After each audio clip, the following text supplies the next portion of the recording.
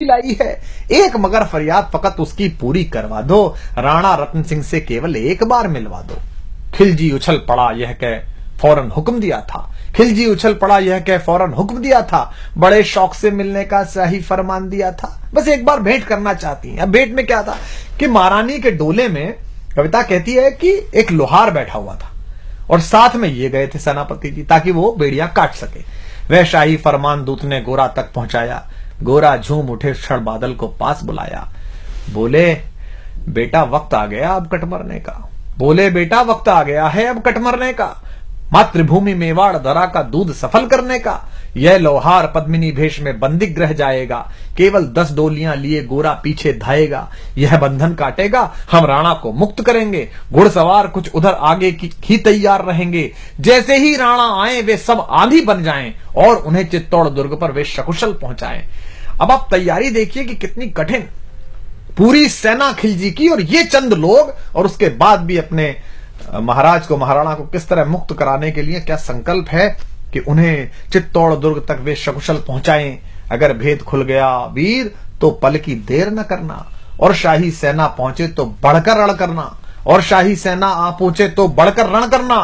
राणा जाए जिधर शत्रु को उधर न बढ़ने देना, और एक यवन को भी उस पथ पर पांव न धरने देना।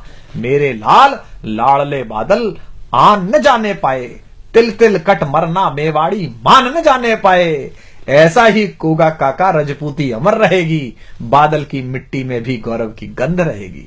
क्या तो गोरा है और क्या उसका भतीजा बादल है। ऐसा ही होगा काका रजपूती अमर रहेगी, बादल की मिट्टी में भी गौरव की गंध रहेगी। तो फिर आ बेटा बादल सीने से तुझे लगा लूं, हो न सके शायद अब मिलना अंतिम लाड़ लड़ा लूं।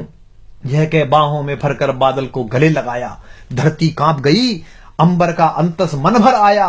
सावधान कह पुनः बढ़े पथ पर गोरा सेनानी, ऐसा ना हो जाए कमजोर हो जाए, इसने कहा सावधान कह पुनः बढ़े पथ पर गोरा सेनानी। पहुंच लिया झट से मुड़कर बूढ़ी आंखों का पानी, पहुंच लिया झट से मुड़कर बूढ़ी आंखों का पानी। जिसके कारण मिट्टी भी चंदन है राजस्थानी, दोहराता हूं सुनो रक्त से लिखी हुई कुर्बानी।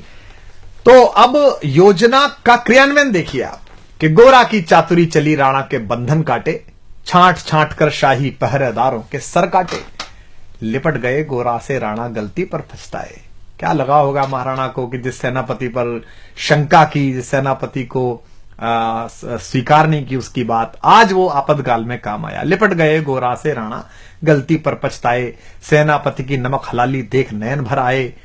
पर खिलजी का सेनापति पहले से ही शंकित था, उसे अंदाजा था कि कुछ गड़बड़ है। ऐसे लोग नहीं है जो इतने आराम से मान जाएंगे ये कि रानी आ रही है और उसकी सखियां आ रही हैं, उसको संकट था। पर खिलजी का सेनापति पहले से ही शंकित था, वह मेवाड़ी चट्टानी वीरों से आतंकित था। जब यह मिलन लखा समझ पद्मिनी नहीं आई है, मेवाड़ी सेना खिलजी की मौत साथ लाई है। पहले से तैयार सैन्य दल को उसने ललकारा, निकल पड़ा टिड्डी दल रण का बजने लगा नगाड़ा। दृष्टि फिरी गोरा की मानी राणा को समझाया, रण मतवाले को रोका जबरन चित्तौड़ पठाया कि आप तो जाई। राणा चले तभी शाही सेना लहरा कर आई। राणा इधर चले, उधर से शाही सेना को संकेत हुआ, कह रहे हैं तो राणा को इन्होंने मुक्त करा लिया। राणा चले तभी